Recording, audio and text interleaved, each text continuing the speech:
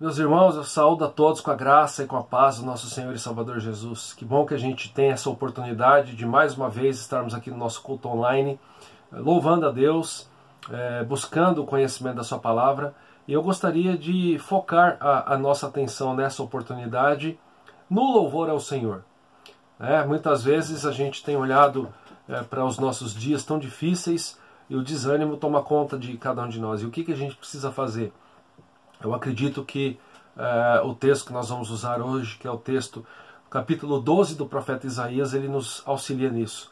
Nós devemos louvar e engrandecer o nome do nosso Deus. Então eu quero fazer a leitura para você desse texto aqui de Isaías 12, que é um canto de louvor pela restauração de Israel. Que o texto diz assim: orarás naquele dia, graças te dou, ó Senhor, porque ainda que tiraste contra mim, a tua ira se retirou e tu me consolas. Eis que Deus é a minha salvação, confiarei e não temerei, porque o Senhor Deus é a minha força e o meu cântico. Ele se tornou a minha salvação. Vós com alegria tirareis água das fontes da salvação. Direis naquele dia: dai graças ao Senhor, invocai o seu nome, tornai manifestos os seus feitos entre os povos, relembrai que é excelso o seu nome. Cantai louvores ao Senhor, porque fez coisas grandiosas, saiba-se isto em toda a terra. Exulta e jubila, ó habitante de Sião, porque grande é o Santo de Israel no meio de ti. Quando a gente passa por um momento como nós estamos vivendo nos últimos meses, de dificuldades, de grandes problemas, muitas vezes nos sentimos fracos, cansados, desamparados, perdidos muitas vezes. Agora a gente precisa lembrar de uma questão muito importante. Nós somos cristãos. E o cristão é um povo que o Senhor escolheu para ser o povo dele. É a ideia que permeia toda a Bíblia, o Antigo e o Novo Testamento. E aqui, esse texto, Deus ele levanta o profeta Isaías para mostrar ao povo de Israel que ele deveria também, no momento de dificuldade, louvar a Deus. Não olhar para as circunstâncias. Não fazer como, por exemplo, Acás, que nos parece que está recebendo uma resposta de Isaías nesse trecho do seu livro, que era o 12º rei de Judá e que estava ali enfrentando povos inimigos e querendo resolver a situação, fazendo alianças com esses povos.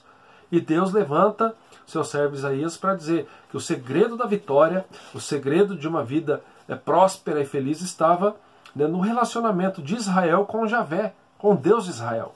E é isso que a gente precisa entender. Então, esse texto de Isaías tem um objetivo muito claro nesse sentido. Declarar que Javé, o Deus de Israel, é o único e verdadeiro Deus, e nós, que somos o seu povo, lhe devemos adoração. E aí, meus irmãos, para isso a gente precisa entender o seguinte, que esse capítulo 12 nos dá pelo menos duas grandes lições para a gente meditar nessa oportunidade. A primeira, e as duas relacionadas ao louvor do nome do Senhor. A primeira lição é que o louvor ao Senhor fortalece a nossa fé. E a segunda é que o louvor ao Senhor nos direciona ao evangelismo, ao anúncio das boas novas do Evangelho de Cristo. Mas afinal de contas, o que significa louvar a Deus? E uma definição dentro da teologia reformada, advinda lá da Reforma Protestante do século XVI, que é baseada em alguns documentos de fé, por exemplo, como a Confissão de Fé de Westminster, um documento que ele tenta explicar um pouco mais detalhadamente em que nós cremos. Na sua primeira pergunta no Catecismo de Westminster, qual é o fim supremo e principal do homem? A resposta está diretamente ligada ao nosso descanso no Senhor. O fim principal e supremo do homem é glorificar a Deus e alegrar-se nele para sempre. É nesse sentido que eu digo que a finalidade da nossa vida está diretamente ligada ao louvor do nome do Senhor. Nós não estamos aqui, meus irmãos, simplesmente para desfrutar da vida. Desfrutar da vida é uma mensagem mais relacionada, eu vou dizer para vocês, à propaganda de margarina na televisão, do que de fato com a convicção do cristão. Porque o cristão ele está aqui em missão nesse mundo. Alguns teólogos trabalham a premissa de que a igreja é o povo de Deus em missão no mundo. E aí a gente precisa entender isso. Nós estamos em missão então. E a missão está relacionada com o que Isaías vai dizer em outro trecho do seu livro, por exemplo, no capítulo 43, verso 21, quando ele diz o seguinte: ao povo que formei para mim, para celebrar o meu louvor. Então, eu quero que você entenda que se você é um cristão, se você é um crente em Cristo Jesus, e anda desanimado, e anda cansado, e anda se sentindo esgotado, Lembre-se que você está em missão, e para que você tenha a sua vida restaurada, a sua fé, que você possa andar não cansado, mas renovado mentalmente, espiritualmente, o louvor ao Senhor fortalece a nossa fé. Essa é a primeira lição.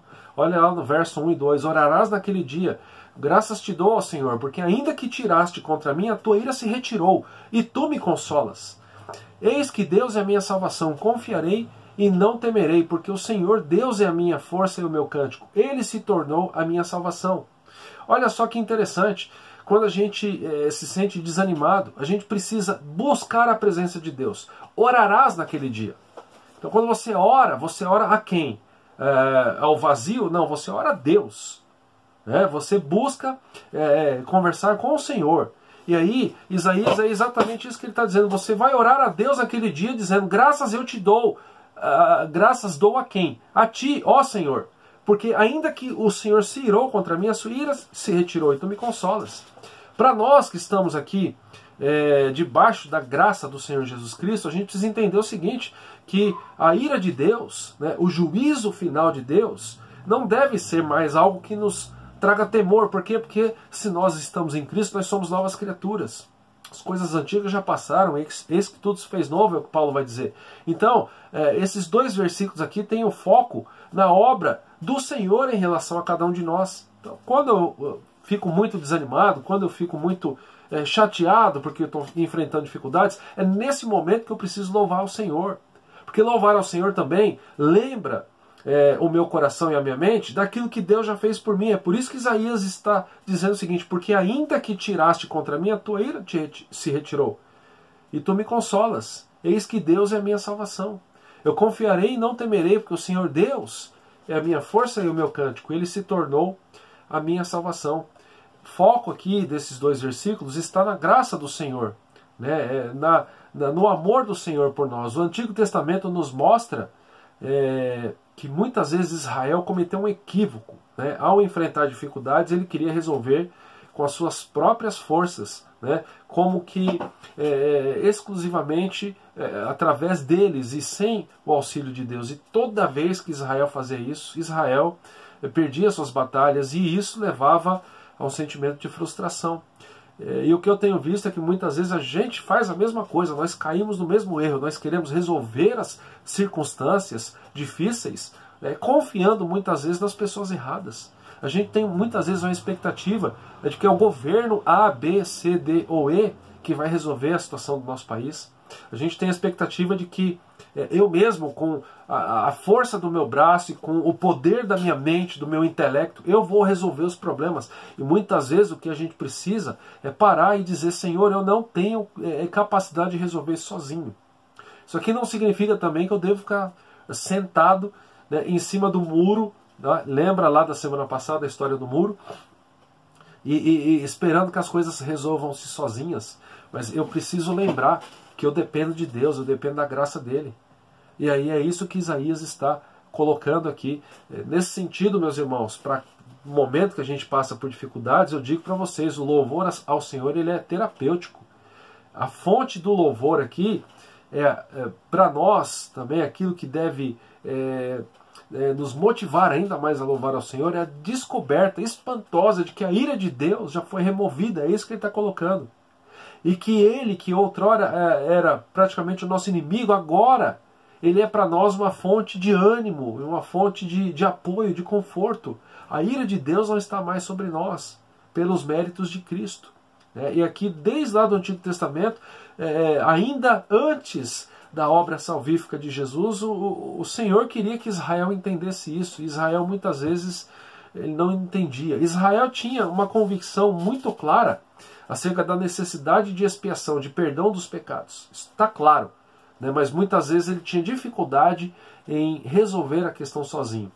Olha só que interessante, se você pegar alguns textos aqui do Antigo Testamento, por exemplo, Levíticos no capítulo 17, Gênesis, desde Gênesis lá no capítulo 4, você tem uma ideia, que é a mesma ideia que o Novo Testamento traz em Hebreus 9:22, que sem derramamento de sangue não há perdão para o pecado. O povo já entendia isso. Tá? O povo sabia que o pecado ele não desaparece da vida assim, como um vento que bate e leva a poeira embora. Não, ele necessitava, o pecado ele necessitava de um preço, era um preço que precisava ser pago. Né? E aí, muitas vezes o povo de Deus entendia isso, essa necessidade. Por exemplo, quando a gente pega um texto de um outro profeta, se a gente pegar o texto de Miqueias, capítulo 6, Miqueias diz o seguinte: com que eu poderia comparecer diante do Senhor e curvar-me perante o Deus exaltado? Eu deveria oferecer holocaustos de bezerros de um ano? Ficaria o Senhor satisfeito com milhares de carneiros, com 10.000 ribeiros de azeite? Eu devo oferecer o meu filho mais velho por causa da minha transgressão, o fruto do meu corpo por causa do pecado que eu cometi? Então uma ideia que permeia o Antigo Testamento é essa necessidade, né, de ter a dívida paga diante do Senhor. A ideia da santidade de Deus, de um Deus que não compactua com o pecado. Ao mesmo tempo, né, as pessoas que tinham essa convicção tinham o entendimento de como elas eram pecadoras e como que elas iriam se apresentar diante do Senhor. E aqui Isaías ele está fazendo menção de lembrar de que o Senhor, que outrora estava irado conosco, ele não permitiu, ele não decidiu com que a sua ira ela durasse para sempre. E a ideia que o Antigo Testamento traz para nós, o Novo também, é de que o Senhor retirou a ira de sobre o seu povo e derramou sobre nós graça e misericórdia. Então, o que isso significa? Daí ele dizer: eis que Deus é a minha salvação. A nossa salvação não está, então, nas nossas atitudes, senão seria a salvação pelas obras. Não está em o Senhor olhar para nós e ver: nossa, como eles são bons.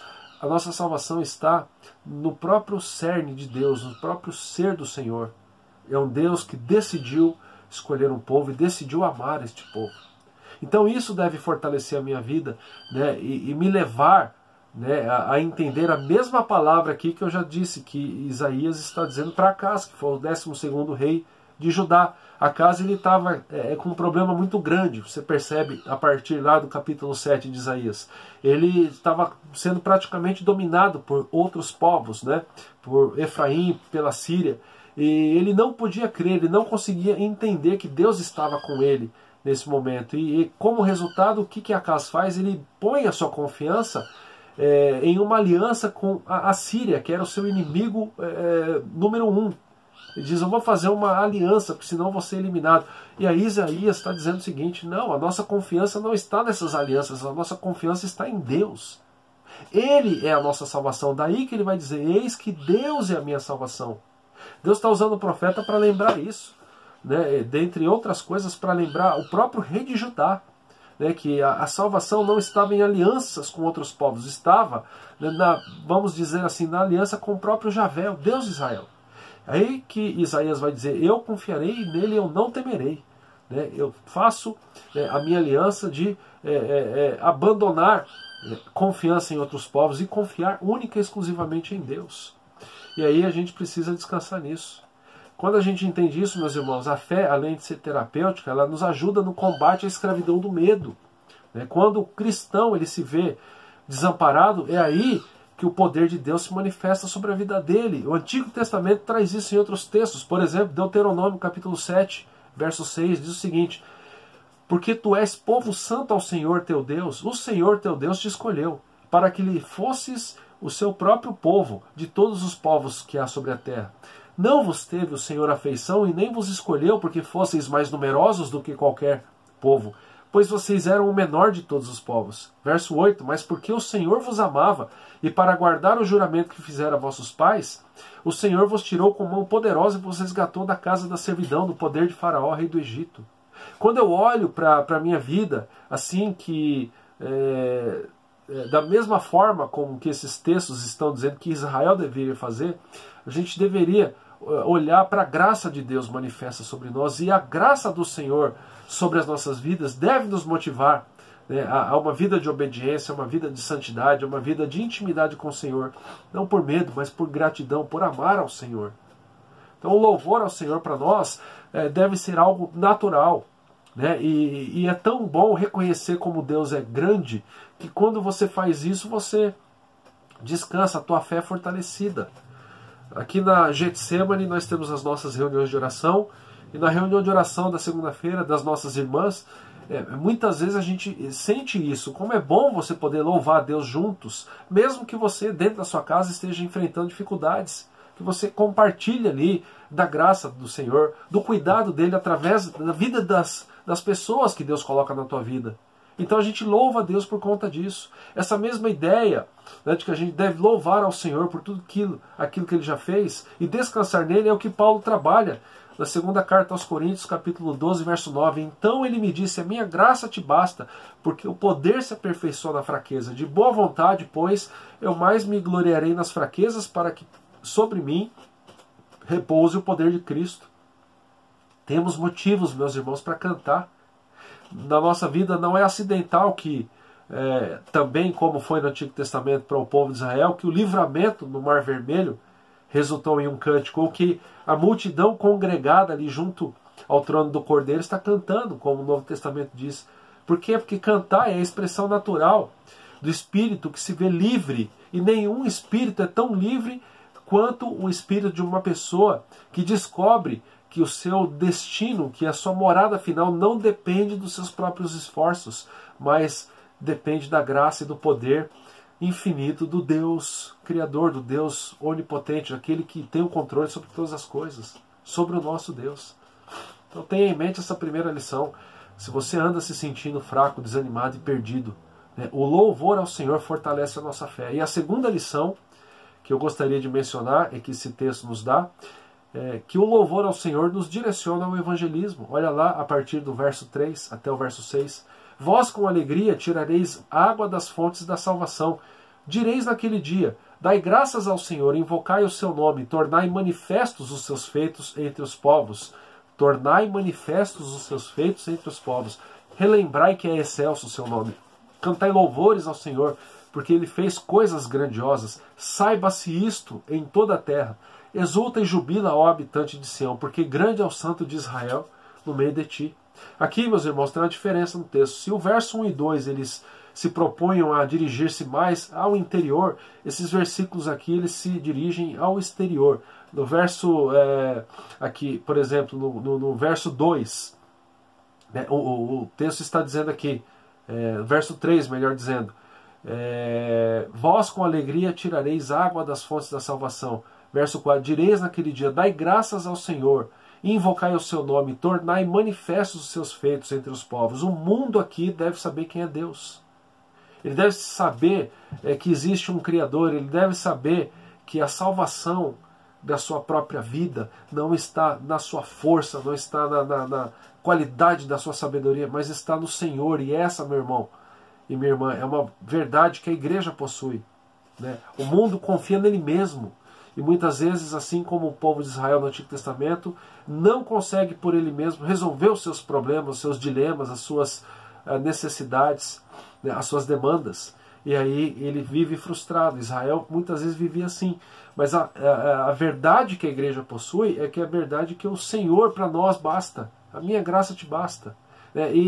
O que Israel precisava entender, que Isaías estava colocando, é que a igreja que deve anunciar aos quatro ventos, a todas as pessoas, que o Deus de Israel, o Deus Trino, na pessoa do Pai, do Filho e do Espírito, é o único Deus. É responsabilidade da igreja dizer isso. E a gente precisa entender isso, né? Nós precisamos entender que o Senhor, né, está conosco e que nós devemos compartilhar esta mensagem com as pessoas. É daí que eu digo que a gente precisa parar e pensar. Como discípulo de Jesus, eu estou fazendo investimento nessa área, eu estou aprendendo sobre isso. Qual foi o último livro que eu li sobre discipulado? Qual foi a última palestra que eu assisti? A gente assiste tanta coisa, a gente compra tanta coisa, mas muitas vezes aquilo que é o essencial a gente deixa passar. Então, a gente precisa lembrar disso, a gente precisa descansar no Senhor. O verso 3 diz o seguinte: vós tirareis água das fontes da salvação. E o que isso significa? Pode ser um tanto até difícil de determinar, mas a gente pode afirmar o seguinte, que tirarão das fontes significa o quê? Manifestar ao mundo a salvação divina nas áreas práticas da vida de alguém, como o verso 4 e o verso 5 diz. O uso frequente aqui da água como uma imagem para a salvação é muito compreensível, né, para uma terra tão seca como era Israel. A água daria ali alívio, a água traria ali renovo, esperança. O que a água é, então, aqui para uma terra ressequida, é a presença de Deus para uma pessoa que se vê oprimida. E quantas pessoas estão oprimidas aí nos nossos dias, né? E aí a gente precisa lembrar disso.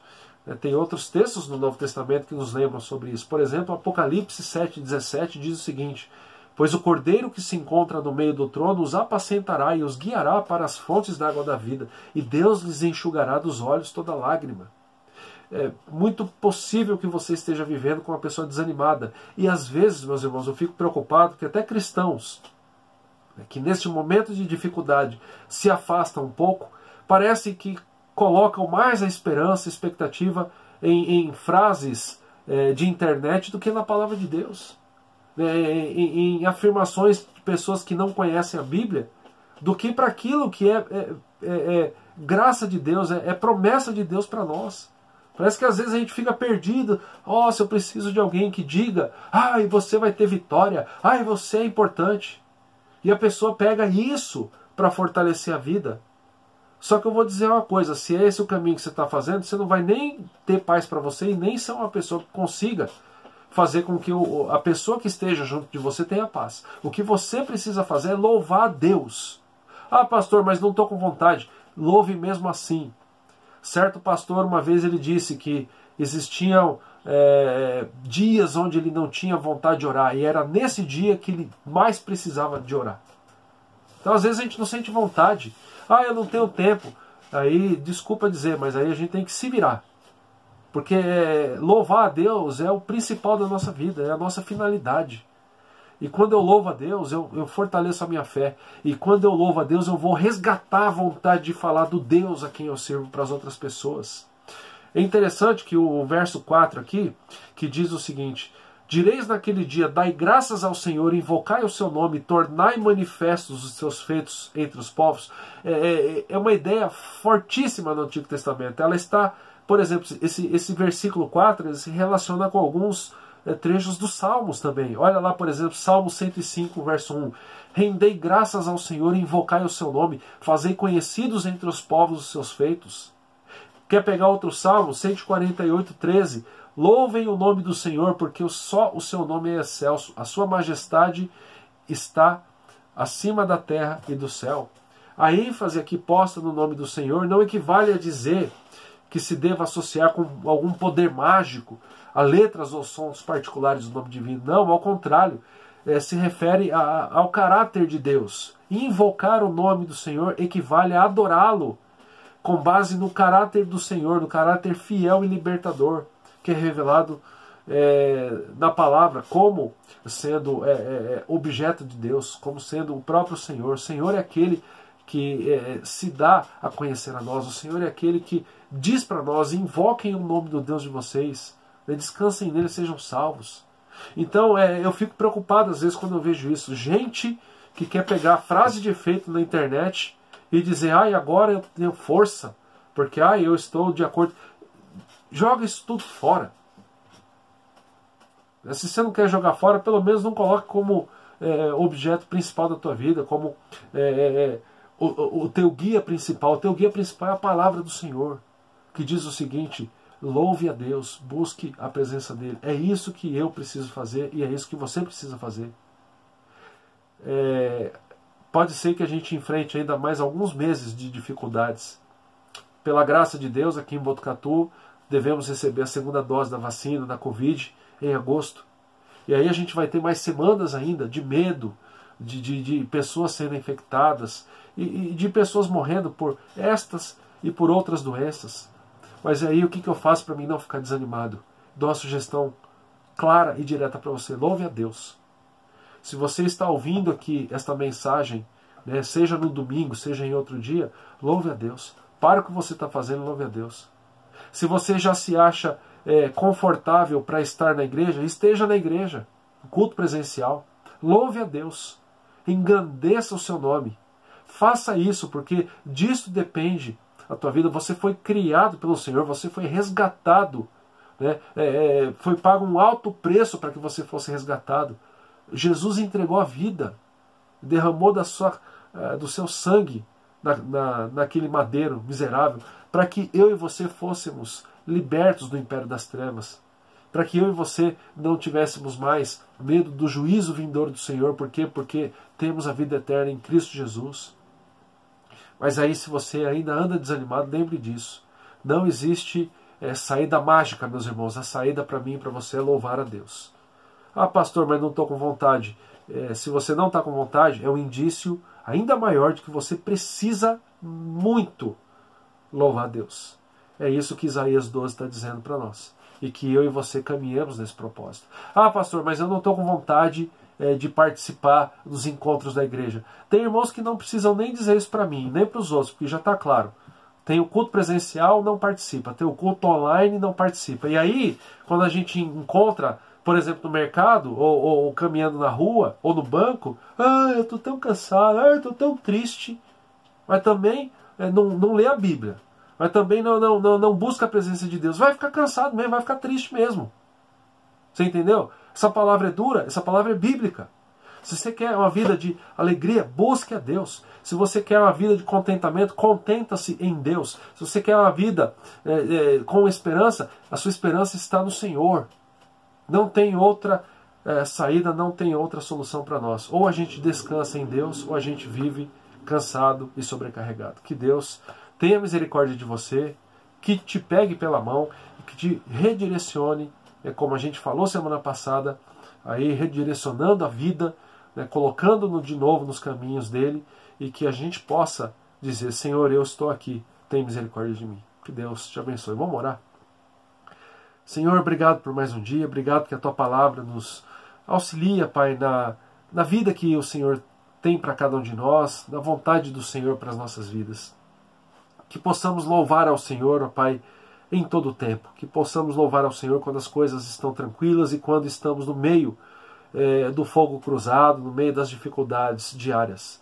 Estamos enfrentando dias difíceis, ó Pai. Que o Senhor continue tocando no nosso coração para que possamos louvar ao Senhor e, louvando ao Senhor, termos a nossa fé fortalecida e ó Pai, expressar o amor do Senhor por nós, falando do Senhor para outras pessoas que ainda não te conhecem, porque é o Senhor quem é a salvação, porque é o Senhor, ó Pai, quem restaura a paz na vida, é o Senhor que dá sentido e significado para a nossa existência.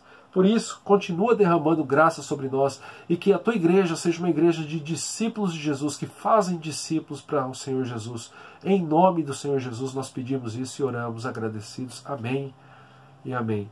E que a graça do nosso Senhor e Salvador Jesus, que o amor do nosso amado e eterno Pai, que a comunhão e o consolo do Santo Espírito estejam sobre nós, hoje e para todo sempre. Amém e amém. Louve ao Senhor. Eu tenho certeza que você vai restaurar a tua paz, o significado e a alegria no teu coração e na tua vida. Que Deus te abençoe.